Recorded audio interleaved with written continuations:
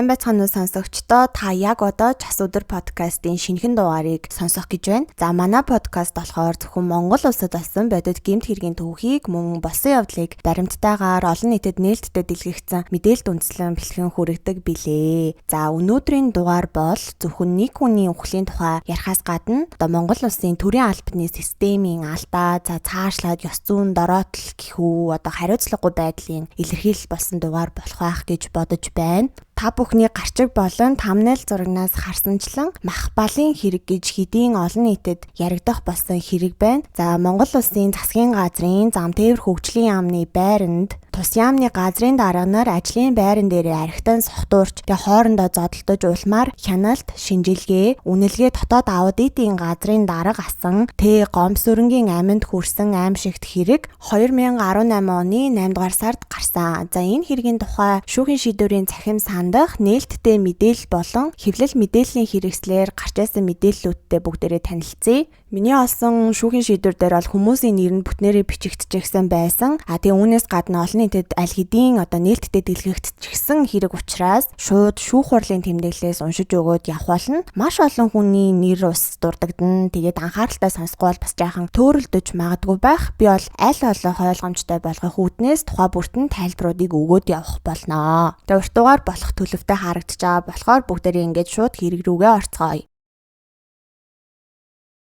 2020 оны 5 дугаар сарын 15-ны өдрийн Сүхбаатар дүүргийн эрүүгийн хэргийн анхан шатны шүүхэд нээлттэйгээр хийсэн шүүх хурлын шийтгэх тогтоолд дурдсанаар шүүгдэгч буюу махбал нь Монгол улсын иргэн 1970 онд Улаанбаатар хотод төрсөн эрх зүйч мэргэжилтэй тэрээр хэрэгт холбогдох үедээ зам тээвэр хөгжлийн яамны төрийн захиргаа удирдлагын газрын дарга ажилтай байсан. За тэгээд урд нь ял шийтгэлгүй юм байна. Прокуророос ирүүлсэн яллах дүгнэлтэнд бичснээр яллагдагч нь Сүхбаатар дүүргийн 1-р хороо зам тээвэр хөгжлийн яамны урд талбайд 2018 оны 8 дугаар сарын 9-ний өдөр 21 цаг 10 минутаас 21 цаг 20 минутын орчимд хамт ажилдаг байсан гомб сүрэнтэй маргалдаж түүний толгоон тус газарт нь гараараа 7 удаа зохих, хөлөөрөө 5 удаа өшөглөх зэргээр зодож дараах гэмтлүүдийг учруулжээ. Үүнд хохирогчийн толгойд суурийн зүүн урд тараагуур судасны бүрэн бус урагдал, их бага тархины суур болон оройг хамарсан аалзан хальсанд орох тархмал цус харвалт, тархины 2 хажуугийн болон 3-аас 4-р ховдлын цус харвалт гэмтлүүд учруулсны улмаас амь хохирогч гомб сүрэн нь гавал тархины битүү гэмтэл авч төвийн гаралтай амьсгал, зүрх судасны дутагдлаар эмнэлгийн тусламж авч чадалгүй газар дээрээ буюу зам тээвэр хөгжлийн яамны урд талбайд нас барсан байна. За түүнчлэн махбал нь талигаачиг зодох явцдаа түүний биед баруун чихний дэлбэнгийн урд хэсгийн шарх, зүүн хацрын төвгөр, баруун чамархайн булчингийн цус хуралт, эрүүний цус хуралт болон уруулын салст, завжны салстын цус хуралт бүхий олон тооны шарх гэмтэл учруулж хүнийг алах гэмт хэргийг онц харгас хэрцгийгээр үйлдсэн гих гэмт хэрэгт холбогджээ. За ингээд үргэлжлүүлээд болсон үйл явдлын тухай бүгдээрээ ярих юм бол нийслэлийн түргэн тусламжийн газарт 2018 оны 8 дугаар сарын 9-ний орой 21 цаг 30 минутанд зам тээвэр хөгжлийн яамны гадаа чихнээс нь цус гарсан сохтуу хүн байна гэсэн дуудлага мэдээлэл ирсний дагуу түргэн тусламж ердөө 5 минутын дотор буюу 21 цаг 35 минутанд зам тээврийн яамны үүдэнд очиход 4-5 хүн үүдэнд нь зогсож байсан бөгөөд тэдний нэг хүн нь буюу одоо хохирогч гомб сүрэн яамны гадаа сандал дээр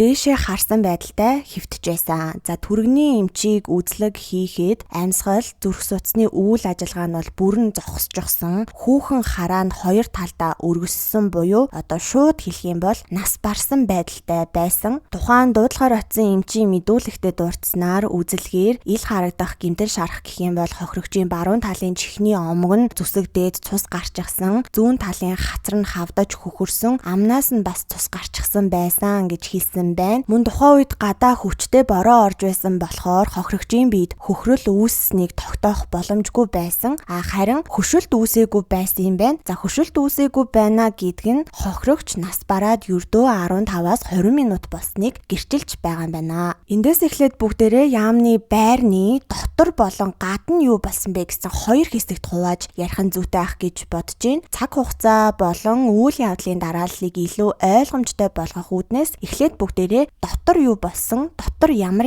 хүмүүс байсан, дотор байсан гэрчүүдийн мэдүүлэгтэй танилцаад явъя. Тухайн орой шүүгдэгч Махбал болон Цэцэг маа, Инх бат, Лаваг сүрэн, Артур, Гамбаяр гэх хүмүүсийн дотор ээлжийн амралтаа авах гэж байгаа авчихсан гэсэн хүмүүс байсан юм байна. За тэгээд амралтаа тэмдэглэнэ гэсэн шалтгаар ажлын байран дээр архитан сохтуурч эхэлсэн байна. Дээрх гэрч нарын мэдүүлснээр эхлээд дээр дурсан 6 хүн хамт сууцгааж байтал Лаваг сүрэн буюу төмөр замын ахлах мэрэгжилтэн гарч орж уцаар ярьж байгаад хохирогчийг дагуулад оруулж ирсэн гэж байгаа. Тэгээ ингээд хохирогч нэмэгдээд долуулаа суусан байна. За бүгдээрээ шүүгдэгч Махбалын өгсөн мэдүүлгийг бас сүүлд нь үйл явдлын дарааллыг яг тодорхой мэдснийхаа дараа мэдүүлэгтэй танилцах болно. Харин яаман дотор байсан гэрч тус бүрийн мэдүүлгийг би та бүхэнд ямар нэгэн засваргүйгээр шүүхийн шийдвэр дээр бичигдснээр нь шууд уншиж өгье. Дэлгэцэн дээр бас скриншотыг нь оруулаад өгчээ. За нэгдүгээрт гэрч Артур буюу төмөр замын газрын даргын хийснээр хохирогч Гомбсүрэн болон Махбал нар өрөөнөөс гарч явсан. Би Инх баттай хамт өөрсдийн суудаг 4-р давхар руу гарсан. Цэцэг маа Махбалын өрөөг түгжээд үлдсэн байх гэж бодож байна. Би Инх баттай хамт өрөөндөө ороод тамхи татаад ойр зургийн зүйл яриад байж байсан. Тэгсэн төрийн тусгай хамгаалалтын залуу орж ирээд Гомбсүрэн дарга ухаангүй амьсгалахгүй байна. Та гараад ирээч гэж хэлэхээр нь Инх батын хамт доошоо буусан. Төв хаалгаар гадаа гарч ирэхэд үүдний баруун талын сандал дээр Гомбсүрэн нуруугаараа хөвтөөд хөлн газар улаараа хүрчгсэн байсан гэх мэдүүлэг байна. За тэгвэл Артуртай хамт өрөөнд нь орсон гэх гэрч Инх бат хэлэхдээ би Артур даргын өрөөнд түүнтэй хамт цай уугаад тамхи татаад сууж байсан. Тэгтэл гаднаас хамгаалалтын залуу орж ирээд доор Гомбсүрэн дарга зодуулчихлаа гэхээр нь Артур дарга бид хоёр доошоо буусан. Буугаад хартал гадаа сандал дээр талигач дээшээ харсан байдалтай хөвтөжсэн. Талигачийн амнаас нь цус гарчихсан. Ухаангүй байсан гэсэн ижил утгатай мэдүүлэг байдаг. Харин гэрч Цэцэг маа мэдүүлэгтээ дурдахдаа Лаваг сүрэн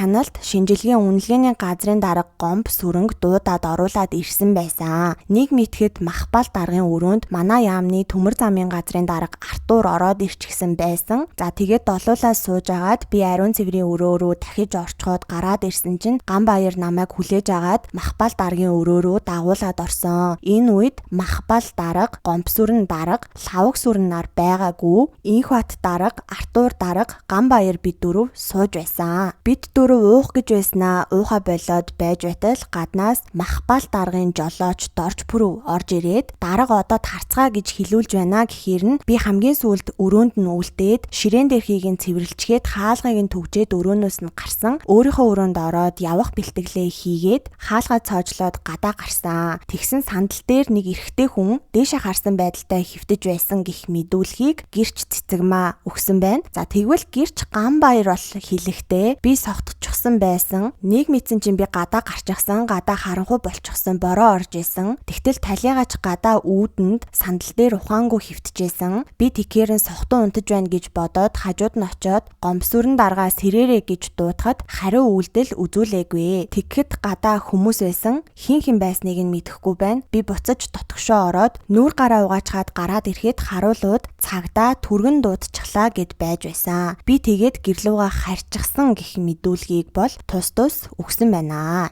За ингээд эдгээр мэдүүлгээс харахад бол та бүхний сонссончлон төмөр замын ахлах мэрэгжилтэн буюу Лаваг сүрэн гих хүн шүүгдэгч Махбалтай за тэгээ хохирогч Гомбсүрэн нартай хамтдаа гадагшаа гарсан байна. За мэдээж бүхэл бүтэн засгийн газрын яамны байр учраас улсын онцгой объект гэж явах байх. Төрийн тусгай хамгаалтын газрын алба хаагчид бол хамгаалж байгаа. Тэгвэл тухайн орой Түмэн Жаргал, Ууган Баяр гих хоёр алба хаагч үүрэг гүйцэтгэж байсан юм өгсөн байна. За эхнийх нь хүн буюу гэрч хошууч Ууганбаярын мэдүүлгээс хүргэе. Тэрээр хэлэхдээ би Түмэн жаргалын үүрэг гүйцэтгэлийг шалгахад манай газар хэлцээний дарга нар архиугаа даах шиг байна гэж надад хэлсэн. Бит хоёр нэг давхурд сууж байтал Махбал дарга, мэрэгжилтэн Лавг сүрэн, Гомсүрэн дарга нар бууж ирээд яамны төв хаалгаар гарсан. Төв хаалгаар гарахдаа тэд хэрэлдэж муудалцаагүй чимээгүй гарцгаасан. Тэгээд гадаа чимээ гарах шиг болохоор нь онгорхоо шилэн хаалганы завсраар харахад Гомсүрэн нь хөшөөний хойд талд дээшээ харсан байдалтай хэвтчихсэн. Хажууд нь Лавг сүрэн, Махбал түүний жолооч нар зогсож байхыг би харсан. Би Түмэн жаргалаар 102 руу залгуулж дуудлага өгүүлээд төрийн тусгай хамгаалтын газрын шуурхай удирдлагын ахлах ажилтан хошууч Батболдод уцаар мэдэгдээд хаалга онгоолгоод хамаагүй битгий хөдлөг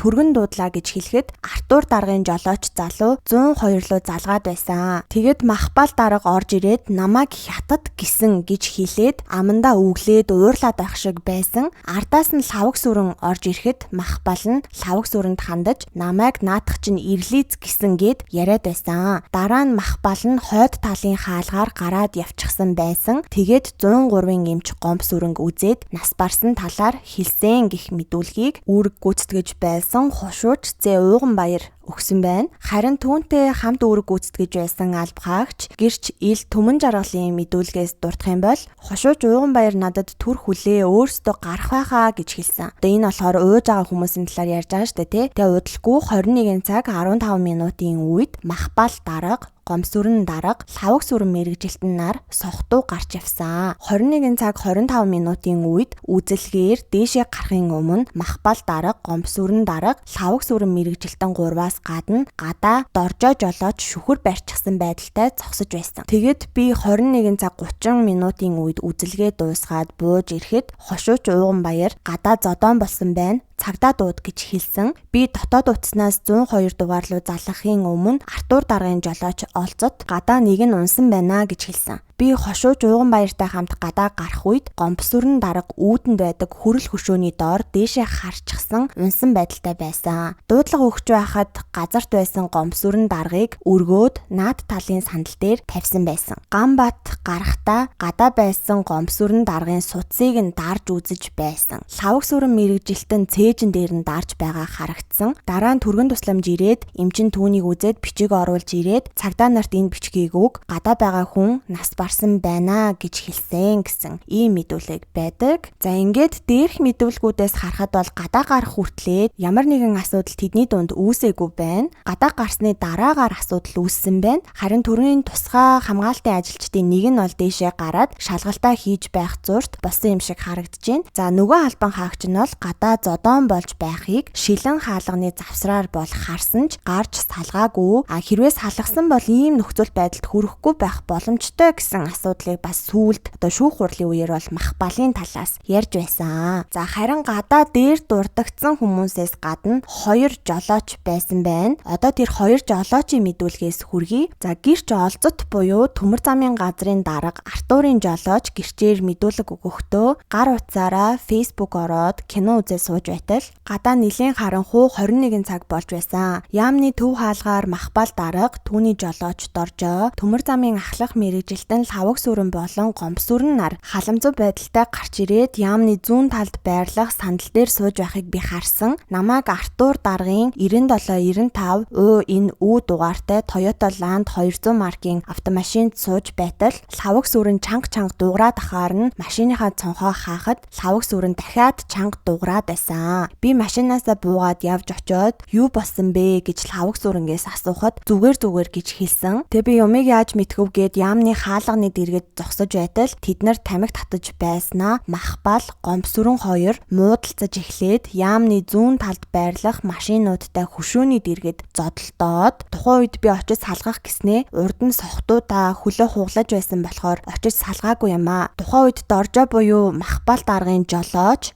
Лавг сүрэн нар очиж салгасны дараагаар талигач Гомсүрэн хөшөөний дэргэд шалбааг дээр дээшээ хараад хөвтөж байхаар нь Гомсүрэн даргын цээжнээс нь Доржоо хөлнөөс нь би өргөөд яамны хөшөөний баруун талын модон сандал дээр хөвтүүлээд Доржоо Гомсүрэн даргын цээжин дээр нь дарж үзээд зүрхэн цохилж байна гэж хэлсэн. Би 103-т дуудлага өгч байхдаа гомбсүрэн даргын баруун чихнээс нь цус гарч байхыг харсан. 103-ын эмч ирээд гомбсүрэн даргыг үзээд нас барсан байна. 102 дуудаарай гэж хэлсэн гэх мэдүүлэг байна. Тэгвэл шүүгдэгч Махбалын жолооч Доржо буюу Дорж Пүрв ямар мэдүүлэг өгснийг хүргэе. За тэрээр хэлэхдээ гомбсүрэн, Махбал, лхаваг сүрэн бид дөрөв яамны үүдэнд байдаг өндөр хөшөөний хажуугаар тойрч манай 10-16 ууийн үүд дугаартай машины ард ирээд зогсож байх үед талигач Махбал даргад хандаж чи бид хоёр гарал үүсэл нэгтэй хүн шүү пиццаа минь гэд яваад байсан. Тэгсэн лхаваг сүрэн талигачд чи яагаад маги даргыг зогтгийм бэ гэж Махбал даргыг өмөөрсөн байдалтай талигачд хандаж хэлээд талигачтай маргалдаж эхэлсэн. Талигач лхаваг сүрэнгийн нүүр лүү 2 жудаа зогсон. Харин лхаваг сүрэн хариуд нь талигач гомбсүрэнг нүүр хэсэгт нь баруун зүүн гараараа ухсарсан байдалтайгаар 3-4 удаа хүчтэй цохоход нь талигач хоошоо ухраад хашлаг налаад зогссон. Талигач лхаваг сүрэнд хідэн удаа цохиулаад дуун намсаад агсарч илдэв үг хэлж ярихаар нь би дахин араас нь очиж Махбал даргыг талигачаас зайтай байлгах гэж хичээж байх хооронд Махбал дарга босож ирээд талигачийн нүүрэн хэсэгт нь 2 удаа гараараа зогсон. Тэр үед Махбал талигач хоёрыг лхаваг сүрэн салгах гэж оролдож байх шиг байсан. Мөн Махбал дарга лхаваг сүрэн талигач гомбсүрэн хоёрыг одоо харьцгаа гэж л хэлээд байсан. Махбал даргын тэр үгийг талигач огт тоохгүй өөдөөс нь дайрсаар байсан. Яамны үүдэнд байх хөшөөний ард талд лхаваг сүрэн,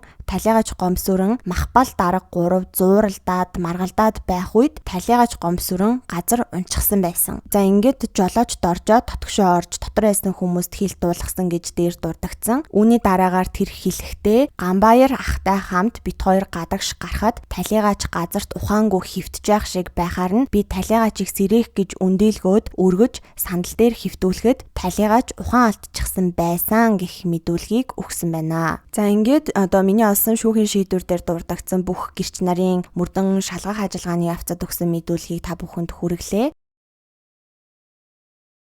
Одоо бүгдээрээ хяналтын камерын бичлэгт үзлэг хийсэн тэмдэглэлээс уншиж өгье. Тэмдэглэлийнх нь скриншотыг нас дэлгэцэнд оруулаад өгье. Яг хин нь гэж тодорхой нэр өгж бол дуртаагүй байсан. Дандаа одоо хувцсных нь өнгөөр гадаад үзэгдэх байдлаар нь дурдсан байдгийн байна лээ. Жаахан толгой эргэж магадгүй санагдсан. Гэхдээ шүүхийн шийдвэрийн тогтоол хэсэгт буюу хамгийн доод хэсэгт нь хэрэгт холбогдолтой хүмүүсийн өмсөж авсан гэх хувцсуудыг бол дурдсан байлээ. Тэндээс нь харахад бол доор одоо дурдагдах цагаан өнгийн сороочгийн цамцтай хүн гэдэг нь болохоор хохирогч гомбсүрэн юм шиг байна. За пижактай хүн гэдэг нь болохоор Махбал байсан юм шиг байлээ. Харин цэнхэр цамцтай хүн гэдэг нь жолооч Доржо, бараан саарл өнгөтэй хагас ганцуутай цамцтай хүн гэдэг нь лхаваг сүрэн юм шиг байна. Цэнхэр цамцтай хүн цагаан сороочгийн цамцтай хүн рүү дайрч хий цохиж газарт унахад цагаан сороочгийн цамцтай хүн цэнхэр цамцтай хүний цээжин хэсэг рүү нэг удаа өшөглөн араас нь хөөхөд цэнхэр цамцтай хүн ухарч холдож байна. Энэ үед цагаан сороочгийн цамцтай хүн эргэж бараан өнгийн пижактай эрэгтэй хүн рүү дайрч цохиход бараан саарл өнгийн хагас ханцуутай цамцтай эрэгтэй хүн тэднийг салгаж цагаан сороочгийн цамцтай хүнийг сандал руу түлхэж хөдөлгөөнийг нь хориглож байна. Цагаан сороочгийн цамцтай хүн өөрийнх нь хөдөлгөөнийг хориглож буй бараан саарл өнгийн хагас ханцуутай цамцтай хүнийг нэг удаа зохиход бараан саарл өнгийн хагас ханцуутай цамцтай хүн нь түүнийг эргүүлэн гараараа зохиж байна. Энэ үед цагаан сороочгийн цамцтай хүн газарт тэнцвэр алдан унаад босож ирээд бараан саарл өнгөтэй хагас ханцуутай цамцтай хүнтэй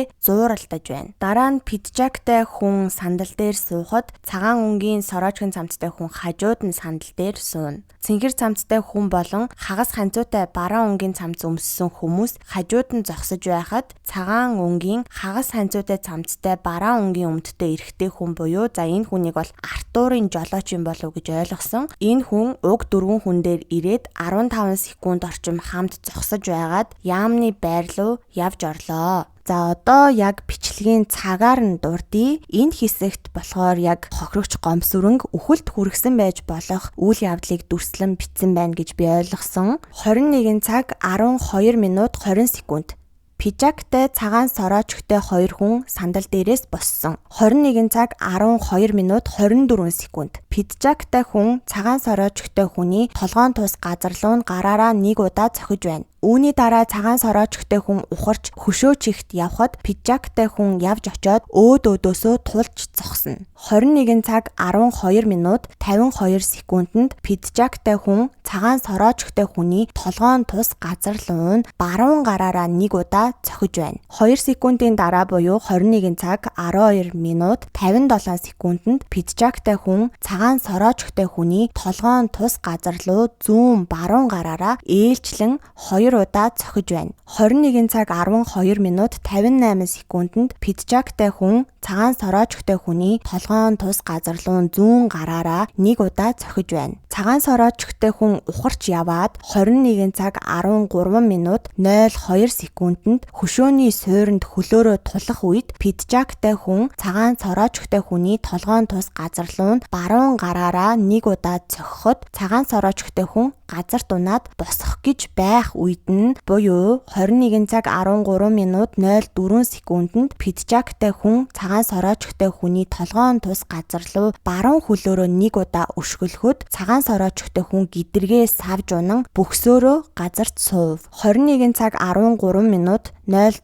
секундэд пижактай хүн цагаан сороочтой хүний хөл хэсэгт нь баруун хөлөөрөө нэг удаа өшөглөж байна. Үүний дараа 21 цаг 13 минут 8 секунд, 10 секунд, 13 секундэд тус бүр пижактай хүн цагаан сороочтой хүний толгоон тус газарт нь баруун хөлөөрөө 3 удаа өшөглөж байна. 21 цаг 13 минут 18 секундэд пижактай хүн цагаан сороочтой хүний толгоон тус газарт баруун зүүн хөлөөрөө ээлжлэн 2 удаа өшөглөж байна. Энэ үед пижактай хүнийг бараан өнгийн хагас ханцуутай цамцтай хүн холдуулан авч явж байна. Энэ үед цагаан сороочтой эрэгтэй хүн хөдөлгөөнгөө дээш харан газарт хөвтөж үлдэж байна гэх камерын бичлэгт үзлэг хийсэн тэмдэглэл байдаг. За үүнээс харахад бол ердөө 58 секундын дотор хохирогчийг үхэлд хүргэсэн байж болохуйц тэр идэвхтэй үйлдэлийг хийсэн болох нь харагдаж байна. Шинжээч О болроо дүгнэлтэндээ дурдахдаа талигаач нь толгоон битүү гэмтэл болох тархины суурийн зүүн урд тараагуур судасны бүрэн бус урагдал, их бага тархины суур, оройг хамарсан аалзан хальсанд орох тархмал цус харвалт, тархины 2 хажуугийн болон 3-аас 4-р ховдлын цус харвалтын улмаас төвийн гаралтай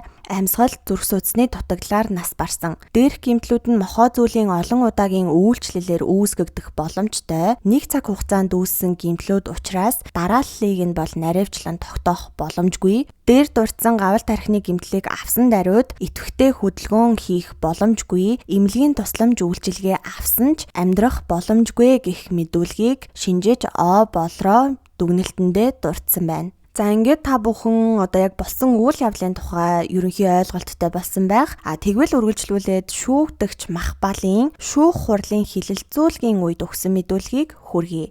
Тэрээр хэлэхдээ миний бие хохирогчийн хууль ёсны төлөөлөгч өнөр цэцгээс уучлалт гуяа. Надад нуугаад байх зүйл үнэндээ байхгүй. 2018 оны 8 сарын 9-ний өдөр ажилд тарах үед буюу 17 цагийн орчимд манай яамны автозамын бодлогын дарга инх бат орж ирсэн. Миний албаны машины дугаар явдаг өдөр хоёулаа хамт явах уу гэж орж ирсэн юм. Тэгэхээр нь би цэцэгмаа амарсан боловч төр ажлын хэсэгт орж ирчгээд ажиллаж байгаа юм аа. Амралтыг нь тэмдэглээд 100 г уучгаад хамт явъя гэсэн. Тэгэхэд инх бат тгийгээд би цэцэгмааг дуудаад өрөөндөө оруулсан. Яагаад цэцэгмаагийн амралтын өдрийг тэмдэглэх болсон бэ гэхээр наадмын дараа манай мэрэгжилтэн цэцэгмаа амралтаа аваад өөрийнхөө өрөөнд нэг хэсэг хүмүүсийг оруулаад ирчихсэн. Тэгээ намайг ороод ирээч гэж ажил таарсны дараа хэлсэн. Тэр үед нь би ажилдаа байсан болохоор завгүй байна уучлаарай гэд гараад явчихсан юм. Түүнээс хойш цэцэгмаатай уулзалгүй байж агаад би Булган аймаг руу явж ээжийнхаа 75 насны ойг тэмдэглэж ирчгээд тухайн өдөр ажилдаа орчход байж байх өдөр нь цэцэгмаа ажил дээр ирсэн байсан. Би түүнээс юу болоод ажил дээр ирчихсэн байгаа юм бэ гэхэд цэцэгмаа надад хэлэхдээ нэгдсэн төсөл гээд хятадын зээл тусламжтай холбоотой төслүүдийг шалгах ажлын хэсэг гарчихсан. Тэгээд ийм ажилтай байгаад байна гэж хэлсэн. Би цэцэгмааг дуудахад 18 цаг болж байсан байх. Өрөөндөө ороод байж байтал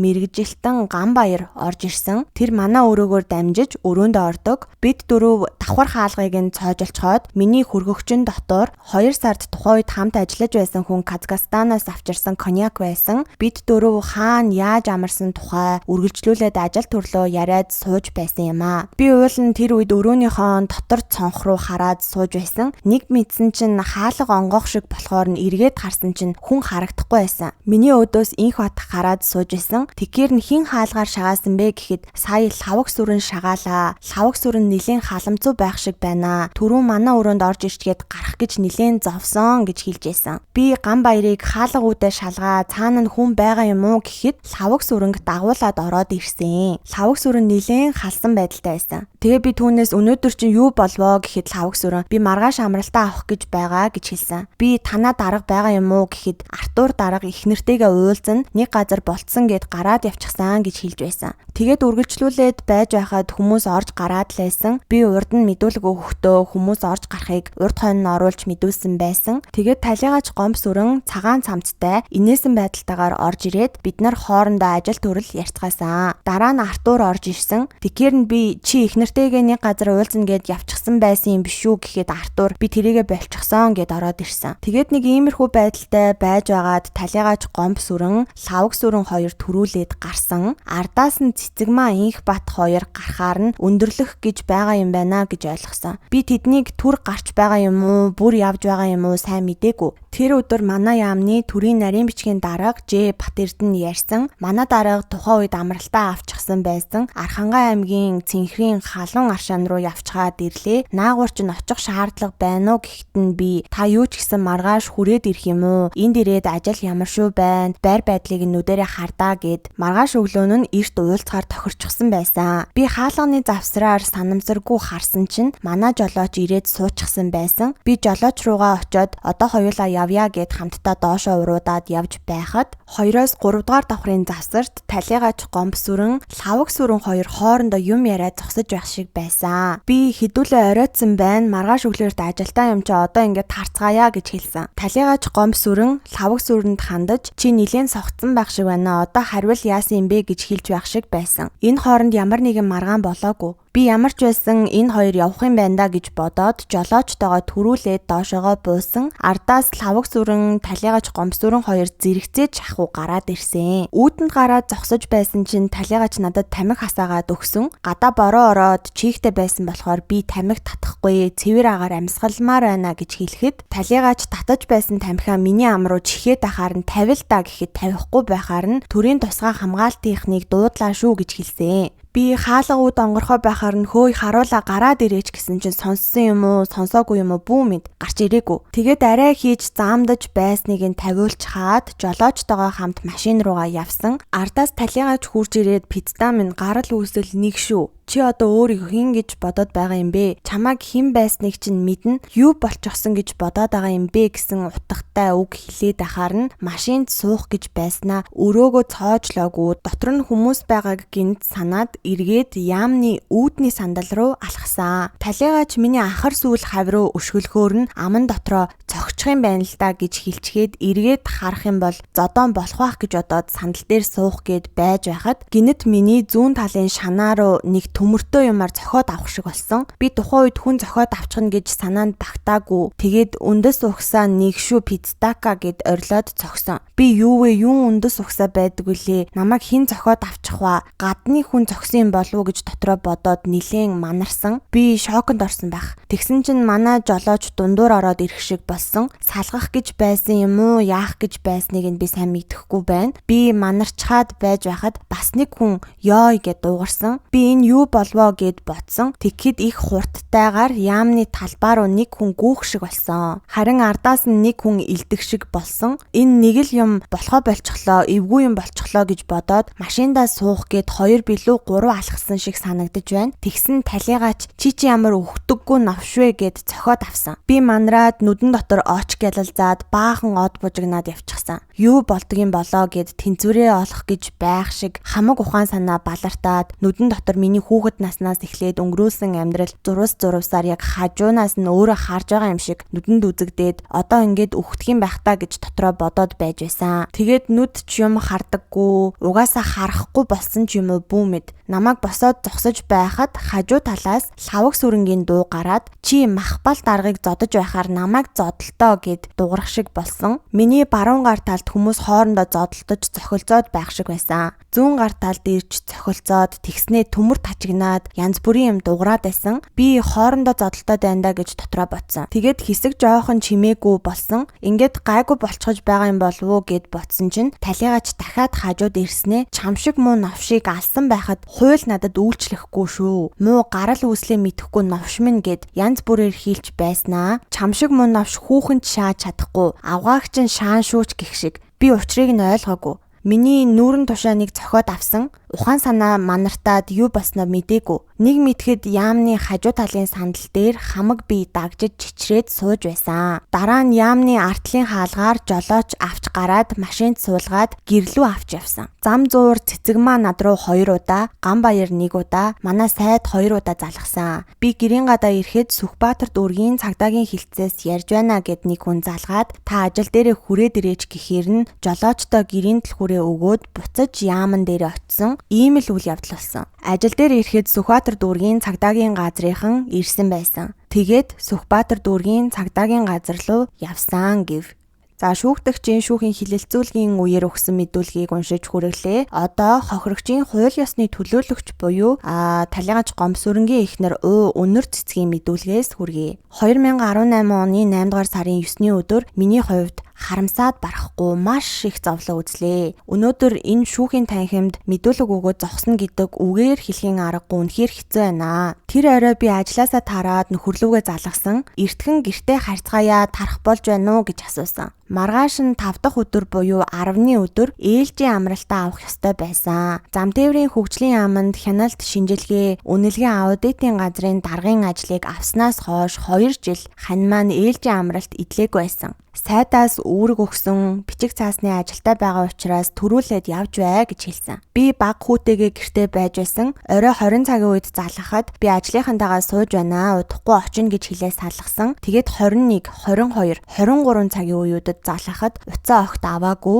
Би яасан юм бэ? Зүгээр үү? Яагаад ирэхгүй байгаа юм бэ гэж мессеж бичсэн. Албан тушаалтай нь холбоотой хил ам хүмүүсийн янз бүрийн яриа чихэнд дэлсээд л байдаг байсан. Тэгээд шөнийн 00 цагийн орчимд утас дуугархаар нь авахад Сүхбаатар дүүргийн цагдаагийн хилцээс ярьж байна. Таны нөхөр амнасаа алдсан байна гэж хэлсэн. Би тухайн үед чихэндээ ч итгээгүй. Та одоо тоглоод байгаа юм биш үсттэй гэхэд ийм юмар тоглолтоггүй юм аа миний дөхөрөөд ир гэсэн. Би том ахыгаа дуудаад эхнэрээр нь хүүгээ харуулад ахтайгаа хамт цагдаагийн газарт очоод та нар хүн андуураад байгаа юм биш үсттэй. Би яг одоо ханыхаа царайг хармаар байна гэхэд та 50 бай. Бид нар юу гэж танаар тоглох юм бэ? Өнөөдөр Замтээврийн яаман дээр хідэн хүмүүс архиуж агаад таны нөхөр бусдын гарт амнасаа алдсан байна. Та маргааш өглөө шүүхийн шинжилгээний үндэсний хүрээлэн дээр өглөө 7 цагт ирээрээ. Цогцыг нь таниулна, өөрөөр мэдээлэл өгөх боломжгүй байна гэж цагдаа хэлсэн. Тэгэд би шөнийн 2 цаг болтол цагдаагийн газарт байж агаад гэртээ ирсэн. Өглөө нь шүүх шинжилгээний үндэсний хүрээлэн дээр очиход миний ханийн цогцыг харуулсан. Ирүүн дээр нь гутлын мөр гарч ирсэн. Баруун зүүн 2 шанаанаас нь цус гарсан. Нүүр нь нилэнхүүдээ хавцсан байдалтай байсан. Би 38 нас хүртлээр үхсэн хүн хараагүй байж байгаад нэг л хүр харлаа. Хамаг гэдэс дотор бүх юмыг нь гаргаад тавьчихсан байсан. Хавтаст хэрэгт авагдсан зургуудыг харахад надад үнэхээр хэцүү байдаг.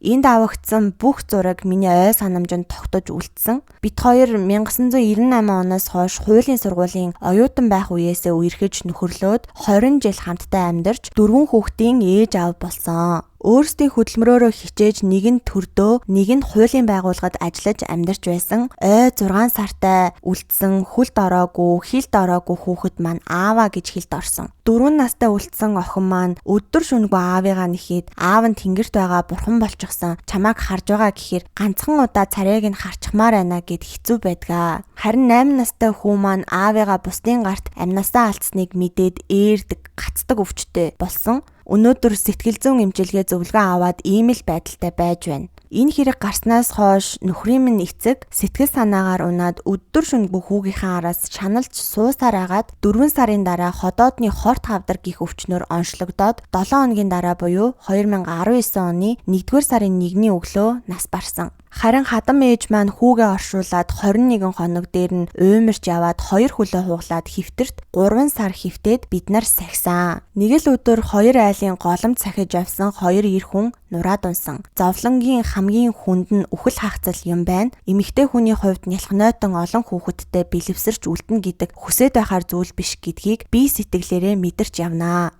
Хөхний сүүгээ ширхтэл, өстэй толгоогоо цайтал 2 жилийн хугацаанд өнөөдрийг хүртэл энэ хэргийг үнэн зөвөөр шийдвэрлээсэ гэж явж байна. Олон ч удаа энэ хэрэг буцаж маш олон хүсэлт гомдлууд гарч байсан. Гэмт хэргийн улмаас учирсан хор уршгийг харгалзаж шүүх үнэн зөвөөр шийдвэрлэж өгөөрэй гэж дайм хохирогчийн хууль ёсны төлөөлөгч болох эхнэр нь хэлжээ. За тэгээд та бүхний мэдж байгаачлан энэ хэргийн шүүх хурал миний ойлгосноор л 10-аас 11 удаа хойшилж нэмэлт мөрдөн байцаалтанд буцах зэргээр 2 жил шахуу хугацааны дараа буюу одоо 2018 оны 8 дугаар сарын ихэр болсон хэрэг 2020 оны 5 дугаар сард шүүх хурал нь болсон байгаа. Үргэлжлүүлээд шүүх хурлын тухай ярих юм бол шүүгдэгчийн өмгөөлөгч нарын зүгээс хэрэг гарах болсон шалтгааныг бодиттой тогтоогоогүй, хохирогчийн өөрийнх нь зүй бус үйлдэлийн улмаас санаа сэтгэл хүчтэй цочрон давчидсан шинжээчийн дүгнэлт бодиттой байдалтай нийцэхгүй, хэргийн харьяаллыг буруу тогтоосон тул шүүгдэгчд холбогдох хэргийг прокурорт буцаах зэрэг санал гомдлыг бол гаргасан байдаг. За манай совг дээр бол маш олон удаа дурддагдж байсан хэрвээ хохирогчийн өөрийнх нь зүй бус үйлдэлийн улмаас гэмт хэрэг үйлдсэн хүний санаа сэтгэл нь хүчтэй цочорч давчтаад сэтгцийн хэвийн байдал нь алдагдсны улмаас хүнийг алсан гэж үзэх юм бол ялын хэмжээ нь бол маш бага. Одоо 1 жилээс 5 жил хүртэл хугацаагаар хорих ялаар шийдэгнэ гэж зааж өгсөн байдаг. Хэрвээ энэ зүйл ангаар явах юм бол одоо энэ шүүгдэгч Махбалчин өмнө нь одоо эрүүгийн хариуцлага хүлээж байгаагүй, хохирлоо барагдуулсан гэсэн одоо маш олон шалтгаануудаас үүдээд бараг л инэдмийн ял аавна гэсэн үг аахгүй юу. Тэгвэл энэ асуудал дээр шүүх бүрэлдэхүүний зүгээс ямар дүгнэлт хийж Махбалын өмгөөлөгч нарын дүгнэлтэнд ямар няцаалт өгсөн тухай нь ярий. За шинжээчийн дүгнэлт бодит байдалд нийцэхгүй гэж сая хэлж байгаа боловч Махбалын цохилтын улмаас хохирогчдод гавал тархины гэмтэл учрах боломжтой гэсэн шүүх эмнэлгийн шинжээчийн дүгнэлт үндэслэлтэй болох нь хэрэг давагдсан бусад нотлох баримтуудаар батлагдаж байгаа гэж шүүхээс үзэж байна. Мөн Махбал нь хохирогчийн амь насанд аюултай гавал тархины гэмтэл учруулах цохилтуудыг олон удаагийн үйлдэлээр хийсэн байх тул хэргийн зүүлчлэлд бол нөлөөлөхгүй, түүний шууд санаатай үйлдэлийн улмаас хохирогч биедээ хүнд гэмтэл авч улмаар нас барсан байх тул хүнийг санаатай алах гэмт хэргийг онц харгас хэрцгий аргаар үйлдсэн гэх дүгнэлт нь үндэслэлтэй байна гэж шүүхээс бол хэлж байгаа. Мөн хэрэг давагдсан нотлох баримтууд болох гэрчүүдийн мэдүүлгүүд одоо бүгдээрээ дээр сонссон шүү дээ, нэг нь нөгөөгөө ерөөсөө үгүйсгээгүй, шинжээчийн дүгнэлтэнд эргэлзээтэй нөхцөл байдал үүсээгүй, хэргийн баримт сэлт хангалттай, хэргийг эцэслэн шийдвэрлэхэд бол баримт сэлт нь хүрэлцээтэй, мөн хэргийн талаар дүгнэлт хийхэд хангалттай байхад Махбалын санаа сэтгэл зочрон давчидсан уу үгүй юу гэдгийг бол шалгаад байх шаардлага байхгүй гэж шүүхээс үтсэн байна. Ер нь бол санаа сэтгэлийн хүчтэй цочролд орсон субъект буюу одоо тэр хүн өөрийн үйлдэлээ удирдан жолоодох ямар нэгэн хүсэл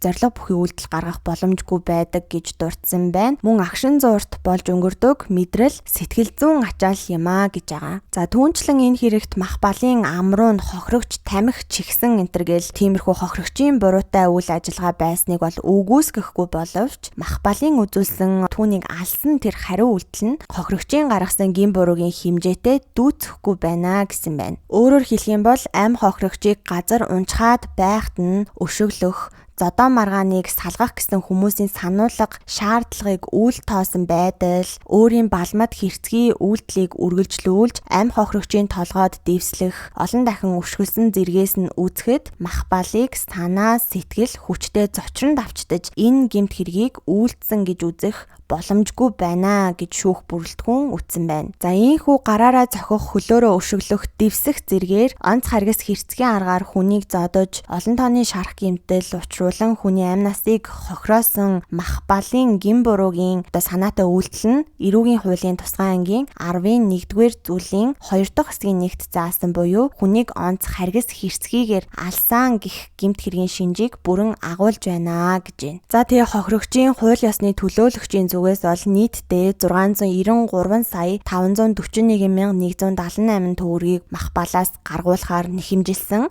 Шүүгдэгчийн зүгээс бол мөрдөн байцаалтын шатанд 84 сая төгрөг 20 мянган Америк долларыг хохирогчийн хууль ёсны төлөөлөгчөд төлж барагдуулсан болохыг дурдсан байна. Нөхөн төлбөртэй холбоотой хүүхдүүдийн тэжээгч алдсны тэтгэмж гих мэтчлэн маш олон нөхөн төлбөртэй холбоотой зүйлс яригдсан байна. Тэр хэсгийг нь бол бүгдээрээ ярихгүй алгасаад явчих гэж бодлоо. Иймд эрүүгийн хэрэг хянан шийдвэрлэх тухай хуулийн 36-гийн 2, 6, 7, 8, 10 болон 37-гийн 1-р зүйлийн 2 дахь хэсэгт заасныг удирдлага болгон тогтоосон байна. Шүүгдэгч мах балыг эрүүгийн хуулийн тусгай ангийн 11-р зүйлийн 2 дахь хэсгийн 2-ын 1-т заасан хүнийг онц харгас хэрцгийгээр алсан гэмт хэрэг үйлдсэн гин буруутай тооцож 13 жилийн хугацаагаар хорих ялаар шийтгсэн байна. Мөн эрүүгийн хуулийн ерөнхий ангийн 5-ын 6 дугаар зүйлийн 4 дахь хэсэгт зааснаар шүүгдэгчд оногдуулсан нийт 13 жилийн хорих ялыг хаалттай хорих байгууллагад эдлүүлэхээр тогтоожээ.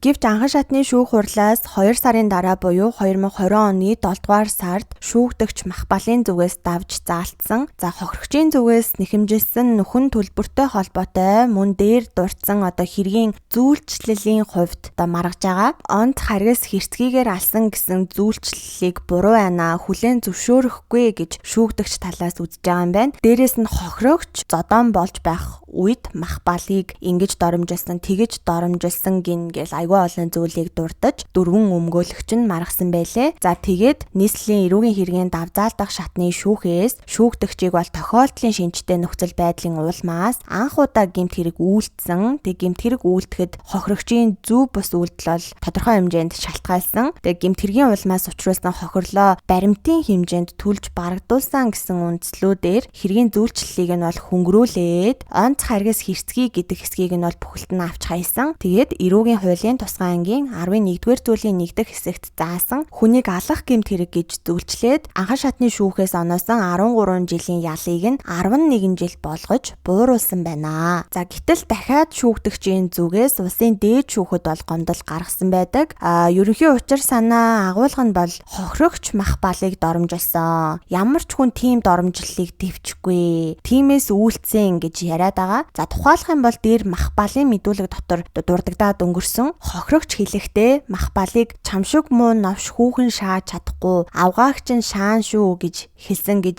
ярьж байгаа шүү дээ тий. Энэ асуудлыг бас нэлээд их дэлгэрүүлж өмгөөлөгч нар нь ярьсан байлээ. Ямар учиртай вэ гэхээр шүүгдэгчийн эхнэр нь бол хүүхэд төрүүлэх тал дээр бас эрүүл мэндийн асуудалтай гэж ярьж байгаа. Хохирогч өөрөө шүүгдэгчд хүндэтгэлгүй хандхаас гадна бүр эхнэрийг нь эмзэг сэдвээр нь эрүүл мэндийн асуудлаар нь доромжилсон. Монгол улсын үндсэн хууль заасан хүний зам ёсны эрхэд халдаж хил амаар хүн дээр доромжлогдсны улмаас мах балан зочирдон давчтаж болж буй үйл явдлыг санахгүй байдалд хүрч гэмт хэрэг үйлдэгдсэн байх өндөр магадлал энэ хэрэгт байгаа гэж түүний дөрвөн өмгөөлөгчийн зүгээс бол гомдол гаргаж байгаа. Харин хохирогч талаас болохоор өгсөн хүн үг хэлэхгүй гэдгээр арай дэндүү хүнийг гүтгэж доромжилж байна. Манай талигаач бол тийм хүн байгаагүй, хүнд тийм үг хэлж байгаагүй гэсэн хариуг бол өгсөөр байдгаа. За тэгээд нэмж хэлэхэд эрүүгийн хуулийн 12 дугаар зүйл санаа сэтгэл гинэт хүчтэй зочрон давчтаж хүнийг алах гэмт хэргийн шинжийн тухай бол маш их тайлбарлаж мэтгэлцсэн байсан. Хуулиар ч юм уу эрх зүгээр сурдаг оюутнууд байх юм бол энэ кейсийг олж унших юм бол нэлээд хэрэгтэй санагдсан байгаа. Ингээд ямар ч байсан 2020 оны 11 сарын 6-ны өдрийн улсын дээд шүүхийн 648 дугаартай тогтоолоор давзаалдах шатны шүүхээс гаргасан 11 жил гэдэг ялын хэмжээг нь хэвээр нь үлдээсэн байгаа.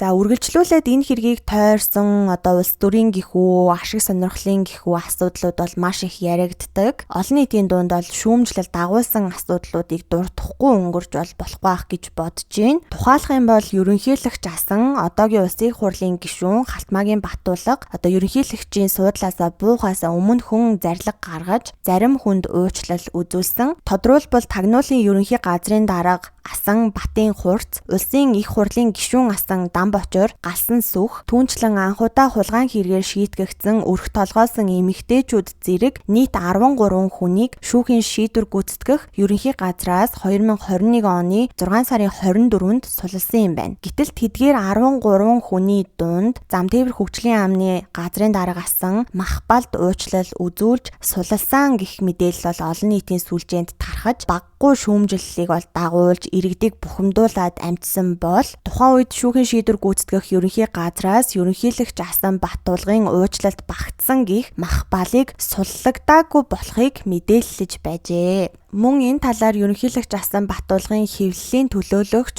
Батхандаас тодруулахад ерөнхийлөгчийн зарилгаар Махбал суллагдсан гэдэг нь ташаа мэдээлэл болов бидэнд ийм мэдээлэл байхгүй гэх тайлбарыг бол гаргаж ирсэн байна. Харин Талигач Гомсүрэнгийн өмгөөлөгч Хүрэл Сүх бол энэ тухай яриа өгөхдөө ерөнхийлөгчийн бүрэн эрхээр нэг удаа уучлал үзүүлж болно. Эсвэл улсын их хурлаар өршөөлийн хууль батлагдаж ялаас хилтрүүлж болдог хоёр төрлийн заалт бий. Одоогоор тодорхой мэдээлэл байхгүй ч ерөнхийлөгч асан Батулгын зарилгаар уучлалт багтаж суллагдсан байхыг үгүйсгэхгүй Махбалын тухайд Женкогийн хүн байсан ч гэж яригдаж байсан. Ерөнхийлөгчийн бүрэн эрхийн хүрээнд хэн нэгэн давж заалтдаггүй агуулгатай шийдвэр гарсан байх магадaltaй. Гэхдээ тодорхой мэдээлэл алгаа гэж хохирогчийн өмгөөлөгчийн зүгээс ол мэдээлэл гаргаж байсан байдаг. Мөн Талигач Гомсүрэнгийн эхнэр Өнөр цэцэг хэлэхдээ ерөнхийлөгчийн уучлал үзүүлсэн зарлиг гарсан эсэх асуудлаар ерөнхийлөгчийн тамгын газарт хандаад байна. Хэрвээ Махбалыг суллаж байгаа юм бол гомдолтой байна. Ер нь Махбалд уучлал үзүүлсэн нь тодорхой байх. Гашуудлын нулимс нь хатаж дуусаагүй байхад алуурч нь суллагдаж болох уу? Шудраг бус байна. Бид ийм төртэй, ийм төрийн тэргүүнтэй байж маргааш гэхэд бүх зүйл тодорхой болно гэж хэлсэн байдаг. За ингээд үргэлжлүүлээд судлахад бол Монгол улсын ерөнхийлөгч асан Батулга тухайн үед зарлиг гаргасан нь бол гаргасан. Гэхдээ Махбалын хувьд гэх юм бол тэр 21 онд суллагдаагүй.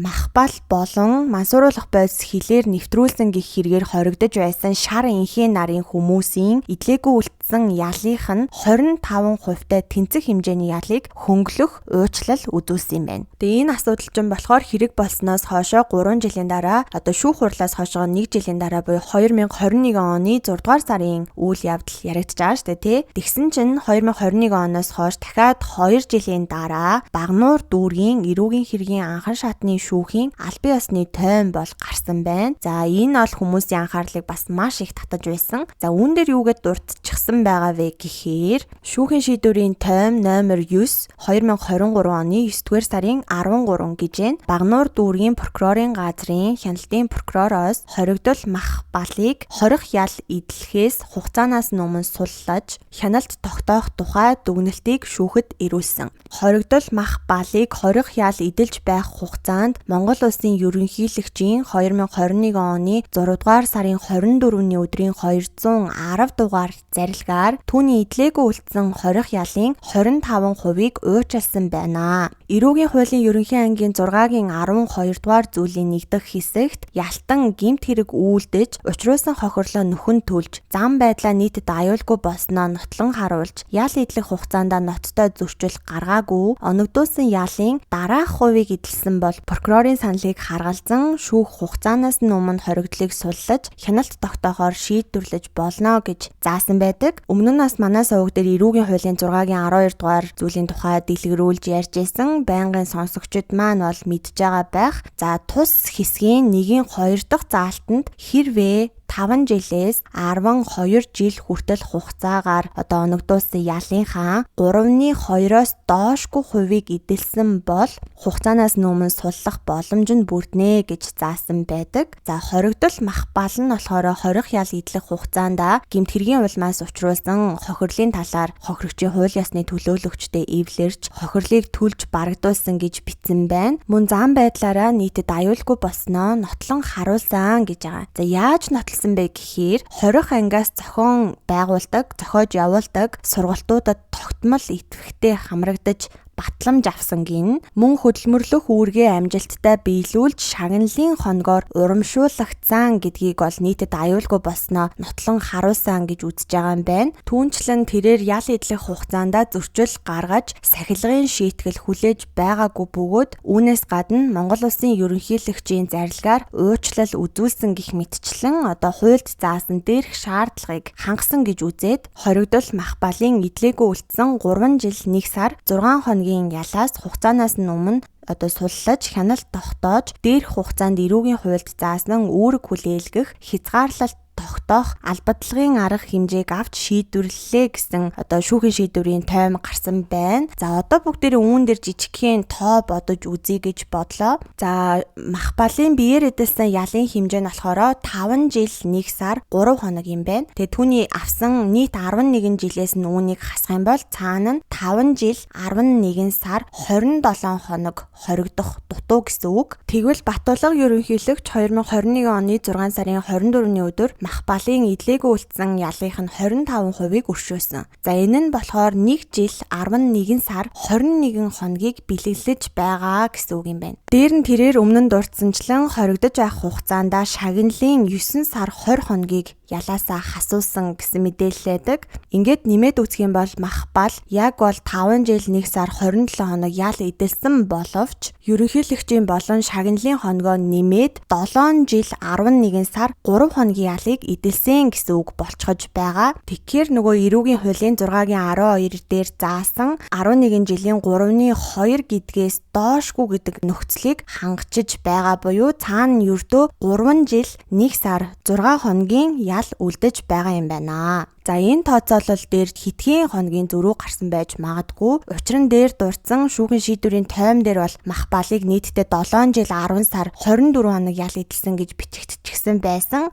Би болохоор ингээд бодоод үзэхээр яагаад ч миний тооцоолол 7 хоногоор илүү гаргаад байсан. За ингээд Махбал суллагдчихлаа. Тэгсэн чинь дахиад Багнуур дүүргийн прокурорын газрын ерөнхий прокурор ердөө 14 хоногийн дараа буюу 2023 оны 9-р сарын 28-нд дээд шатны прокурорын эсэргүүцэл бичсэн байгаа. Тэгвэл 2023 оны 10 сарын 26-нд шүүх байгууллага тухайн эсэргүүцлийг хилэлцээд прокурорын эсэргүүцлийг хүлээн авч буцаагаад цагтан хорсон байна. Махбал нь Багнуур дүүрэгт байрлах шүүхийн шийдвэр гүйцэтгэх ерөнхий газрын харьяа 427 дугаар ангид ял идэлж байгаа бөгөөд буцаж хоригдсноос хойш хамт ял идэлж буй нэг хүний эрүүл мэндэд халтаж хохирол учруулсан талаарх бас мэдээлэл гарч байсан. Шинжээчид тухайн зодуулсан хүмүүжигчид ямар хэмжээний гэмтэл учирсныг тогтоох дүгнэлтээ бол хараахан гаргаагүй байгаа гэсэн байна. За тэгээд уг дүгнэлтээс нь шалтгаалж Махбалын хорих ял идэлж буй дэглэмийг чангаруулж өөрчлөх асуудлыг шүүх шийдвэрлэх юм байна гэсэн ийм мэдээлэл 2024 оны 1-р сард гарч ирсэн юм байна. Гэхдээ үүний дараагаар дахиад шүүхийн шийдвэр гүйцэтгэх ерөнхий газрын олон нийттэй харилцах хэлтсийн мэргэжилтэн гарч ирээд энэ бол худлаа мэдээллээ. Махбал хоригдож байхдаа хин нэгний биед халдаагүй гэсэн мэдээллийг ч бас гаргасан байна. Ер нь тэгээд яагаад ч ингээд иймэрхүү мэдээл байн цацагдаад байдгийн аль нь жүнийн аль нь худлаа юм те. Ер нь бол иргэдийг бас хит их мэдээлэлээр бөмбөгдөөд бараг залхахад хүргэдэг юм уу даал гэж харж байна. За ингэж явсаар 2024 оны 1-р сараас хойш бол Махбалыг яг яасын одоогоор хоригдож байгаа юм уу суллагдсан юм уу талаар нь ямар нэгэн мэдээлэл олдсонгүй. Ерөнхийдөө бол зүгээр тоо бодоод үзэхэд 2025 оны 5 дугаар сарын байдлаар бол суллагдчихсан байх магадлал бол маш өндөр харагдаж байна. Гэхдээ аль бие усны мэдээлэл бол одоогоор надад олдоогүй байна. Та бүхэн үзэж амжсан уу яасан YouTube дээр Халтмаагийн Батулгыг тойрсон хачирхалтай аллагууд гэсэн нэвтрүүлэг бол явж исэн. За энэ бичлэгний 5 дахь минутан дээр ярьж байгаа Талигач гомс сүрнэн Замтээврийн яамд бухшсан олон ноцтой хэргийг илрүүлж овоолго шороо болж үлдсэн төмөр замын олон сая Америк долларын тухай илтгэх хуудас бичиж байсан талаар яамных нь гэрчилдэгэ гэж нэвтрүүлэг дээр ярьж исэн. Төмөр замын асуудал ярьж байгаа учраас хүмүүс энэ асуудлыг мэдээж халтмаагийн батуулгатай холбож ойлгох нь бол гарцаагүй хэрэг байх. Ер нь тэгээд жаахан ухаад бодоод үзэхэд талигаач гомбсүрэн чинь одоо яамныхаа хяналт шинжилгээ, үнэлгээ дотоод аудитын газрын дараагаар ажиллаж байсан шүү дээ. Тэгэхээр хяналт дотоод аудит гэдэг чинь угаасаа ямар албан тушаал вэ? Ямар их асуудлыг ухаж хайж олдог, шалгадаг ажил байсан бэ гэдг нь тодорхой харагдаж байгаа. Мөн олон нийт ярихдаа амь хохирогч нь яамны маш олон булхаа Луврын хэргийн эсрэг зогсож байсан гэдэг. Тэгээд түүний амь насыг хөнөөснө нь шудраг ёсыг булшилсан булхаа Лувраа нуун дарагдуулах оролдлого гэж улс төрчид хүртэл ярьсаар ирсэн. Харин нөгөө талаас Махбалын өмгөөлөгч Гамболд 2020 оны 9 сарын 23-нд хэвлэлд өгсөн ярилцлагандаа дурдахдаа хүмүүс албан тушаалтай холбож ойлгоод байна. Албан тушаалыг нь авах гэж хүний амнаас нь халтсан хэрэг огт бишээ. Адилхан нэг төвшний албан тушаалтай хүн нэгнээ алж ажлыг нь авна гэсэн ойлголт байхгүй гэж ярьж байгаа. Мөн хохирогчийг өөрөө 200 орчим сая төгрөгтэй холбоотой асуудлаар АТГ дээр одоо авилгатай тэмцэх газар дээр шалгагдаж байсан. Гэр бүлд нь бас асуудал байсан юм шиг байна лээ. Тэрээр сэтгэл зүйн хувьд бол тогтвортой бус нилээн бухимдуу цухалдуу байсан гэсэн үнцгийг бол бас ярьдаг. Мөн Махбалын шүүх хурал шудраг бус болсон. Талигаач Махбалын хамрыг хугалсан. Гэхдээ Махбалын гэмтлийг бол гэмтлийн зэрэг гэж авч үзээгүй энтер гэж ярьсан байлээ. Харин олон нийт болохоор энэ тал дээр ямар сэтгэл үлдээж байсан бэ гэхээр талигаач тийм хүн байгаагүй шүү. Өгсөн хүн үг хэлэх биш гэдэг шиг дураараа хүнийг гүтгэж байх шивдээ. Битгий өгсөн хүний араас хачин ярилцлага хийгээд байгаа ч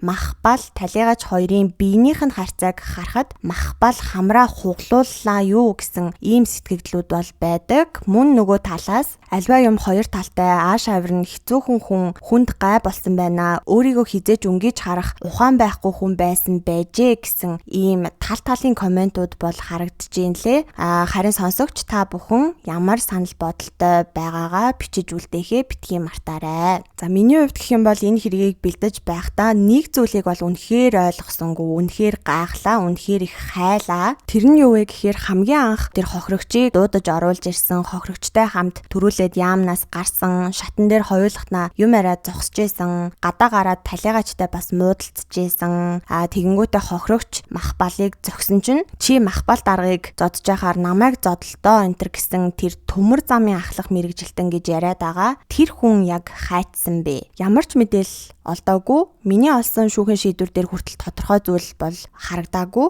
Тухайн үед бол Махбал лавг сүрэн хоёрыг хоёулангийн сэжигтнэр татлаа гэж анх мэдээ гарч исэн. Тэгэл тэрнээс хойш нэр ус нь дурдагдаагүй ингээд замхраад алга болчихсон байна лээ. Энэ дээр бол маш их гайхажлаа. Мөн үргэлжлүүлээд хайхад Замтээвэр хөгжлийн яам гэдэг нь тухайн үед 2020 онд засаг солигдсны дараагаар солигдсон нэр гэж байгаа. За энэ яам нь бол олон удаа нэрээ сольж байсны дотроос Дэд бүтэц хөгжлийн яам гэсэн нэртэй байсан. Яагаад энийг ярьж байна вэ гэхээр энэ хэрэгээс өмнө Дэд бүтэц хөгжлийн яам байхдаа л энэ яам зартай байсан гэж хит хитэн газар биччихсэн байсан. Учир нь одоо Монгол улсын дуйланд хэрэгүүд гээд бараг жагсаах юм бол мэдээж бараг 1 номерт нь бичигдэх улс төр нийгмийн нэр зүтгэлтэн зориг агсны хэрэг бол орно. Тэгвэл Санжаа сүрэнгийн зориг агсан Дэд бүтцийн сайдын албан тушаалыг хашдаг байсан гэж байгаа. Бас төрийн ордон дотор учир битүүлгээр амиа алдсан Гаваагийн Батхүү гуай хүртэл энэ яамны сайдаар ажиллаж байсан юм байна. Гэх мэтчлэн мэдээллүүдэд нэмээл одоо жижиг сажиг маргаан бүрийг нь яриад ах юм бол хит дурт болох гээд байгаа учраас бүгдээрээ энэ хүрээд дуусгая. Би ер нь бол одоо нэг хэргийг 2, 3 ч юм уу хувааж парт болгож оруулахдаа жаахан тааруу. Тэгээ энэ хэргийн тухайд яриаг үйлцэн асуудлууд бол мэдээж